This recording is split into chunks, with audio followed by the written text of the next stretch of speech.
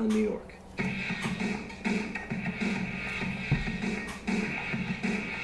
I call myself the premier athlete because pound for pound, I'm probably one of the strongest guys. On top of that, I'm one of the quickest guys. I move like a cruiserweight and hit like a heavyweight. This tournament's definitely a proving ground for me. You're going to hear this from 31 other guys, that they've worked so hard and they've trained their whole life to be here. But it's my time to show the world. By the end of this tournament, I'm definitely going to be the biggest name. I'm Anthony Bennett. I'm from Paulsboro, New Jersey. I'm 5'5" without the hair. I'm roughly 5'10" with hair. You know, I've always been an underdog. I'm coming in here, one of the smallest guys. Anthony Bennett, 147. This is my chance for me to make a name for myself. This is my chance for me to actually show the world who Anthony Bennett is. I want the WWE Universe to know that this kid don't play. He looks way too much like Urkel. Time for more scintillating action in the Cruiserweight Classic, and this one should be highly entertaining. Here we go, our first round action. Introducing first, representing the United States, weighing in at 147 pounds, Anthony Bennett! Well, Anthony Bennett's entrance is highly entertaining, putting on a show for the crowd. What about that lid, Daniel? Yeah, I mean, he says he's heavily influenced by Kid and Play. Can you imagine that? When was that movie, in the 90s? Yeah. Is he even old enough to have watched Kid and Play? Well, he wants to turn this tournament into a house party, that's for sure. Weren't you a crisscross fan, Daniel?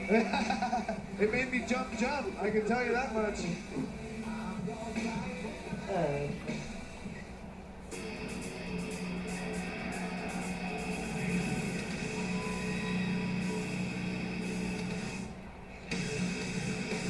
And his opponent, representing the United States, weighing in at 196 pounds, Tony Nese! Known as the premier athlete, he feels that this is a huge opportunity to show the world that he's been overlooked throughout his career. Daniel, we've noticed from many of the competitors, they're saying they're so happy, ecstatic to be here. That's not the case with Tony Nese. No, he's not happy to be here. He feels like he deserves to be here.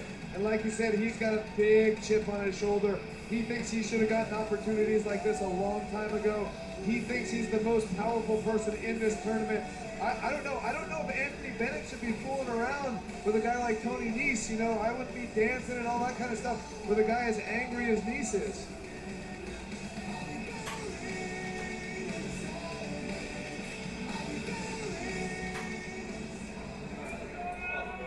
I don't know, but the music choices. Yeah, never mind. So again, one fall, 20-minute time limit. Anthony Bennett against the more experienced Tony Nese. Nese, an 11-year veteran, trained by ECW icon Mikey Whipwreck. Waist lock takedown by Nese immediately to get things started. Nice reversal into the hammerlock by Bennett. Yeah, beautiful reversal there. Oh, I hope Nese isn't trying to overcompensate here. I know he feels like he deserved this a long time ago. He has the size and strength advantage in this matchup, but the speed you would think the edge would belong to Anthony Bennett. And Bennett back to playing with his hair, back to dancing. You know what? Leapfrog lands on his feet, showcasing some of his agility. Ducking that clothesline. Oh, move out of the matrix. Big knee lift. Roundhouse kick, leg sweep. Goes for the lateral press, hooks a leg. Bennett kicks out of one. Good stuff from both individuals, but Tony Nese showing he can take it to the air as well. Yeah, you know, he talks about being the strongest guy in this tournament, but he also moves like a cruiserweight. And you can see it in stuff like that. You know, he's got a lot of muscle, but it's not bound muscle. He's still very limber, very fast. It amazes me that he weighed in at 194 pounds, but still 50 pounds heavier than his opponent here tonight, Anthony Bennett, who tipped the Toledo at 145 at the official weigh-in. But Anthony Bennett has always been a small guy. They call him the world's smallest monster. He trained at the Monster Factory. Oh! Nice leg sweep again. You're right, the world-famous Monster Factory in South Jersey. Nice on the apron, cartwheel. That was cool. And a super kick right to the jaw of Anthony Cartwheel. Bennett. I am Freaking so wrestling impressed man. with Tony Nese's speed. I thought he was going to knock that high top fade off the head of So, Anthony Bennett. Tanner could barely get the word yet. Here, dude, he does a freaking cartwheel. Uh-oh, what's he going for here? He's got to be careful. You don't want to get disqualified or counted out here. Have a count of 10. Oh! Rolling cannonball there by Anthony Bennett. If Bennett can get in the ring, he might get a count out here. He's trying to get in the ring as fast as he can. Oh, I don't think that was a smart move by One Bennett. fall with a 20-minute time limit, but if both athletes are counted out, they both are eliminated from the tournament, just like if it goes to the 20-minute time limit and it's ruled a draw. Yeah, if it's a draw, both guys are eliminated then too. Somebody will get a bye. Double underhooks here employed by Anthony Bennett. I don't know if he's going for the suplex here. That wouldn't be the smartest idea. Also by Nice. Oh, Oh, and hot shots him on that top rope. Takes out his feet. You know, we'll save it for the heck. And Nice again using the rope. Wow! Cabrera! And the moonsault from that second rope results in a 2 count. Tony Nese attacking from many different angles. I think when he hit the ropes, Bennett thought he was going high. He went low, then went to the second rope, but from a moonsault from outside into the ring, Anthony Bennett could not have been expecting that. And you don't see Anthony Bennett playing with his hair now. He's not dancing, he's not fooling around. Tony Nese beginning to wear down Anthony Bennett. Front face lock. Oh, Bennett trying to escape with those knees. But look at the strength of Tony Nese. He delivers a vertical suplex. Floats over into the cover. Bucks a leg. Still, the smaller Bennett able to power out. Just manhandling Bennett. Oh, body scissors employed now by Tony Nese. And this, what do the body scissors do? I mean, they're driving the air out of Bennett, but what does it feel like to be in those body scissors? Oh my gosh, it's a vice. It's like having a python wrapped around your waist. But look, Tony Nese had to let go of it. Sometimes I think with a smaller guy, it's hard to keep a hold of those body scissors. Great arm drag out by Anthony Bennett, Bennett coming back with a forearm. showing he's not intimidated by Stuns Nese. Nese momentarily, and again, that forearm staggers Nese. Backs him up, ducks under the clothesline, comes off the ropes, and a leaping clothesline by Bennett. And again, Bennett now taking to the air. Getting the better of Tony Nese, reversal on the Irish whip. Pop up, drop kick though by Bennett. Yeah, Bennett's been wrestling guys bigger than him his entire career. This is nothing new for him. Well, when you're 5'6.5", 145 pounds, I believe that would be the case. Although looking to make a big splash here. Now looking for that tornado DDT with Nese. guillotine. Looking at the game, but look at the power. Nese just perches him back up on that top turnbuckle, blocks the kick. However, Bennett comes off again. Tornado DDT spiking. Tony Nese planting him like a palm tree in the Sunshine State, and he almost gets the pinfall. Yeah, he didn't get all of that tornado DDT though. I'm not sure why. It could have been Tony Nese's power. You know, when you're jumping off on somebody like that, Tony Nese was trying to catch him. He just couldn't do it and wasn't able to get all of that DDT. Oh. And again, this is where one would think Nese would have the advantage in the striking exchange. Tony Nese, a left-hander with those elbows. Blocks the kick. Goes Look at that underneath. movement. Oh, that's a botch. Waist lock by Nese. Standing switch by Bennett. Sliding Oh, through slide again. right through pump handle. Oh, power slam by Tony Nese. And immediately goes to the outside, looking to get up to that top turnbuckle. Referee, though. Wait, why is the referee stopping him? Anthony Bennett may be hurt. Is he knocked out? Says he's okay. And so Nese, 450 splash from the premier athlete, Tony Nese. And if Anthony Bennett was in trouble before, he's in bigger trouble now as he just got pinned after the 450 splash. And the referee tending to Anthony Bennett. That is a very big 450 splash by Tony Nese. You know, I'm still worried about Anthony Bennett here. I don't know if he dislocated something, or maybe he got dropped on his head a little bit on that slam. You know, wrestling is very, very dangerous, and Tony Nese is a very, very dangerous man. Well, it's good that it appears Anthony Bennett getting up under his own volition, or at least getting to the corner. We are going to keep an eye on Anthony Bennett, but wow, the world needs to keep an eye on Tony Nese. What an impressive victory. Yeah, and I think that's what people have to worry about. Tony Nese is out here to hurt people, to prove a point.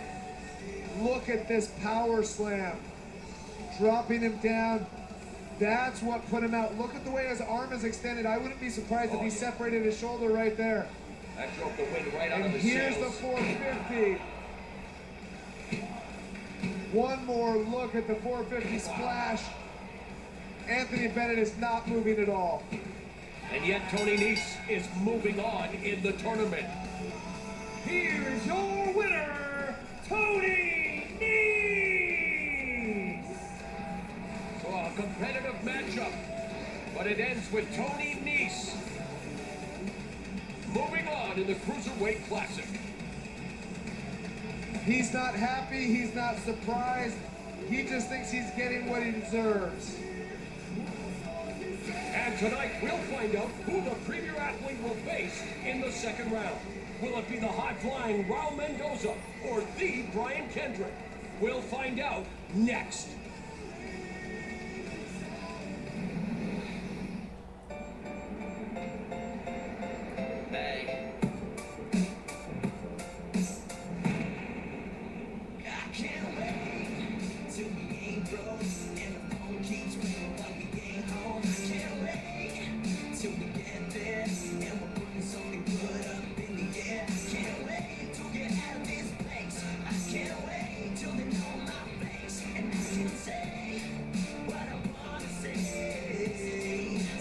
Welcome to Vancouver, Middlebury.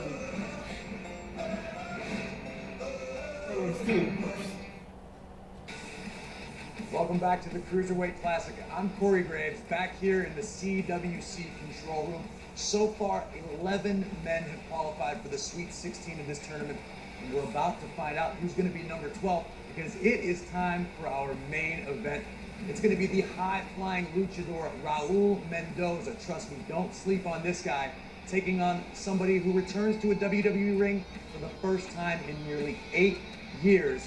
Of course, I'm talking about the Brian Kendrick. Pues venimos representando a México, pero también a toda la comunidad hispana. Mi ídolo siempre fue Eddie Guerrero. Él es más pequeño que muchos luchadores de su generación, de su época. Y a pesar de todo, él pudo salir adelante y convertirse en WWE Champion. Si él pudo, yo creo que mientras tú le pongas empeño, esfuerzo, dedicación, constancia y amor a lo que haces y respeto, puedes cumplir tus objetivos y tus sueños. Aquí estamos.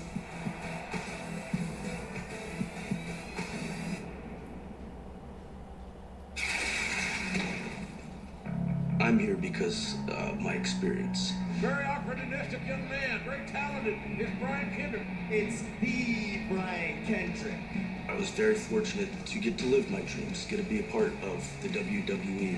When I had the world in my hands, I let it slip through my fingers because I was busy patting myself on the back. To have a second chance, it gives me a new lease of life. Because without wrestling, I'm just living.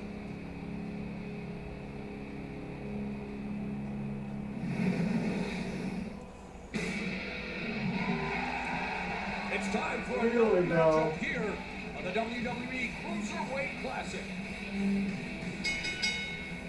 Here we go with our first round action.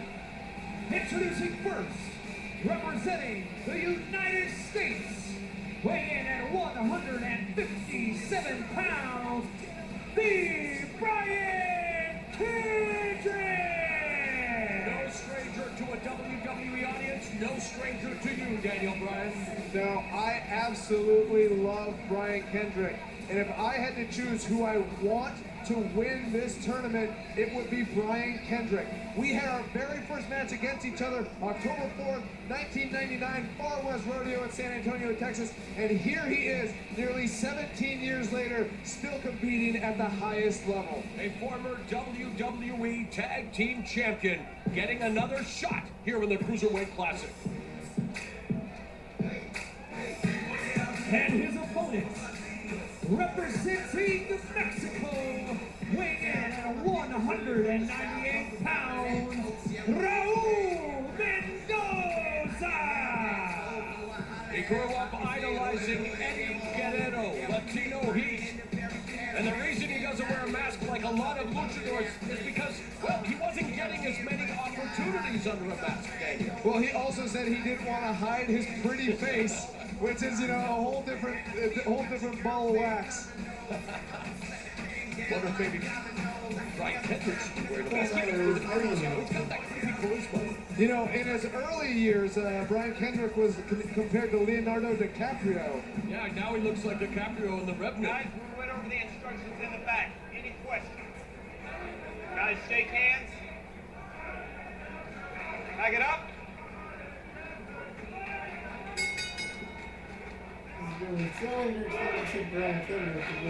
One fall, 20-minute time limit. The veteran Brian Kendrick against Raul Mendoza, who's also a vet of over 10 years in the squared circle. A clash of styles, though, here, Brian. Yeah, Brian Kendrick has a huge experience advantage here.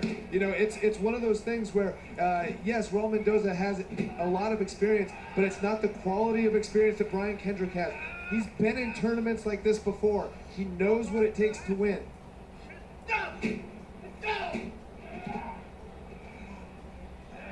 Side headlock employed by the Brian Kendrick, trained alongside my broadcast partner at Shawn Michaels Training Academy. Shoulder tackle.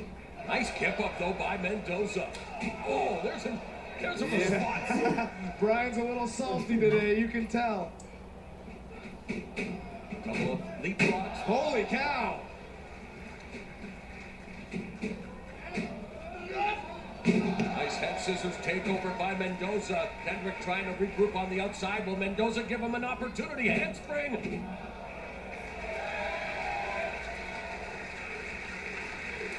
One of the things Brian talked about was that, yes, he has a lot more experience than most of the people in this tournament, but he also lacks, he gives up a lot because he's been doing this for such a long time. Your body can only take so much, and Brian is still one of the most athletic guys I've ever been around, but he's giving up something like that to Raul Mendoza, who's a lot younger. So what does this opportunity in this tournament mean to Brian Kendrick? See, I think this is a chance for revitalization. You know, he doesn't see himself as being an older guy. He sees himself as still being at the top of his game. Well scouted there by Mendoza. And this is an underrated part of Lucha Libre. Look at that submission! Basic submission here by Mendoza. The Cesaro swing with a twist. Yeah, he's crossed his legs. He's got him body scissored. It's going to be difficult for Brian to get to the ropes here. He's all tied up. Come on, Brian. There he goes. Raul Mendoza showcasing his ability and agility, wanting to entertain the crowd here in the Cruiserweight Classic, and Brian Kendrick needs to go back to that drawing board. I don't know if he needs to go back to the drawing board. Brian is very smart, and he's been in a lot of precarious positions. See, look at that. Big boot right to the face. Using the ropes to get time and space to create an opening. A veteran move there by Brian Kendrick. Big boot to the face of Raul Mendoza. And suddenly Brian Kendrick is the man on top in this matchup. Yeah, and this is where Raul Mendoza is in a lot of trouble. Look at him grabbing at the nose. Grinding his face. Braces. And look what Kendrick's doing to him. He says he wears braces so he can have nice teeth. I don't know what kind of a mouth he's going to have after a shot like that. He opened his mouth, forced it into the ropes, and then kicked the ropes. That'll knock a couple of teeth loose, that's for sure. And look at this. Did you just lose one trying to... Yeah, I might have lost one there. Double arm bar here. See, and this is the experience. He knows how to grind a person down. That's really going to wear on Raul Mendoza's shoulders.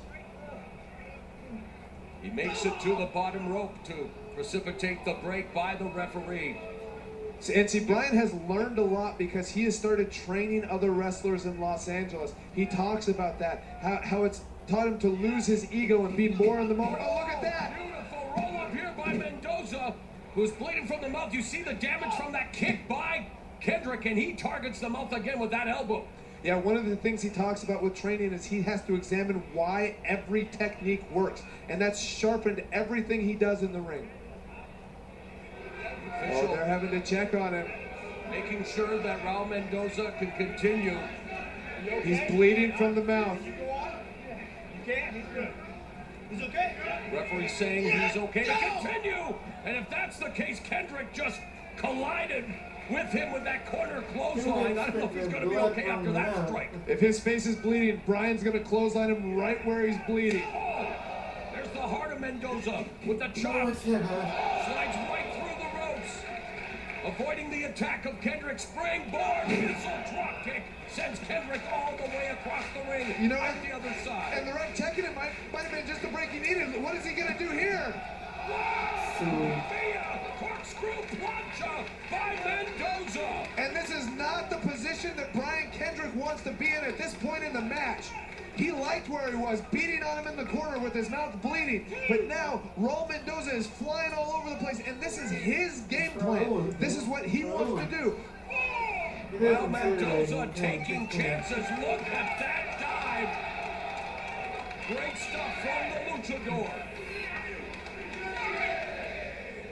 To pull a dive out at this point in the match when you're bleeding, it can reinvigorate the guy. Oh, again, looking for that 450 instead. This could be it. He's fine. Back press. Come on, Brian. Kendrick lifting the right shoulder. Of course, we're unbiased announcers here on the Cruiserweight Classic. You claim to be unbiased. I'm not unbiased at all. Kendrick face first into the turnbuckle. Raul Mendoza setting him up. Full head of steam, but he runs again into the boot of Brian Kendrick. Oh, there you go, Brian. Rocket kick by Kendrick. His precision is on point. And yet, instead of going for the cover, he wants to make a statement to the luchador, and it costs him. He gets crushed on the top turnbuckle, tied to the tree of wood. Kicked right in the head while upside down. That was a mistake by Brian. I honestly, I couldn't believe he just did that. The crowd on its feet. Come on, Brian, you gotta get up. Anticipating You have got to get up. Raul Mendoza looking to go coast to coast. Oh my gosh! He pulled it off. Several bitches pulled it off.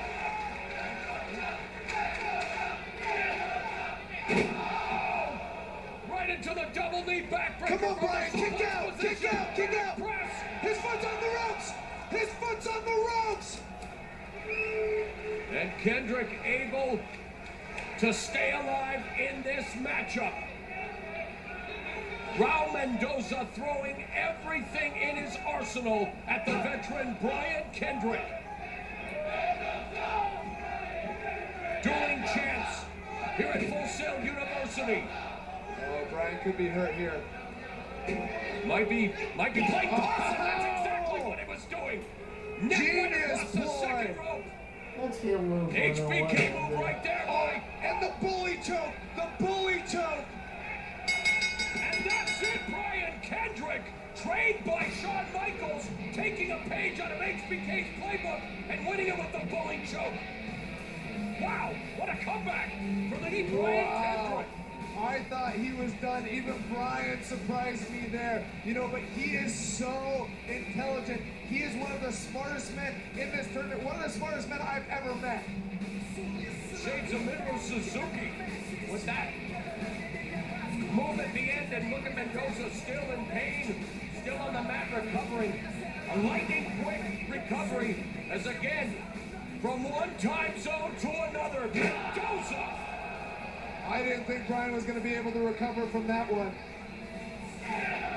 Into the backbreaker there. I thought this was it for sure. Brian gets his foot on the rope. And the crafty veteran knows all the tricks. Setting Mendoza up. Reverse headlock, hip throw, right into the bully choke. Putting all kinds of pressure on his back. And forcing the tap out. You know, I don't necessarily approve of the methods, but I am so happy. Your winner by submission, the Brian Kendrick. Since you're so happy, I'll let you have the last word about Brian Kendrick's win, Daniel. I'm not exactly thrilled with the methods, but I couldn't be happier that Brian Kendrick is moving on to the next round of this tournament. He's my pick. I want him to win, and I hope he goes all the way. So we are 3/4 of the way through with our first round. More action coming your way in the WWE Cruiserweight Classic. First round is way too much. Thank you for joining us on the Cruiserweight Classic. The last 4 competitors to advance to round 2 will be determined next week as the agile acrobat Rich Swann takes on the explosive, hard-striking Jason Lee. The high-flying, always entertaining Noam Dar battles the Golden Lion, Gerb Sira. Also next week, the extraordinary gentleman Jack Gallagher goes one-on-one with the aggressive Italian Fabian Eichner. And in the final match of the first round, NXT's Johnny Gargano takes on his former tag team partner, Tommaso Ciampa. We will see you next week, right here. The only one on that I'm WWE actually aware of is Toledo Man.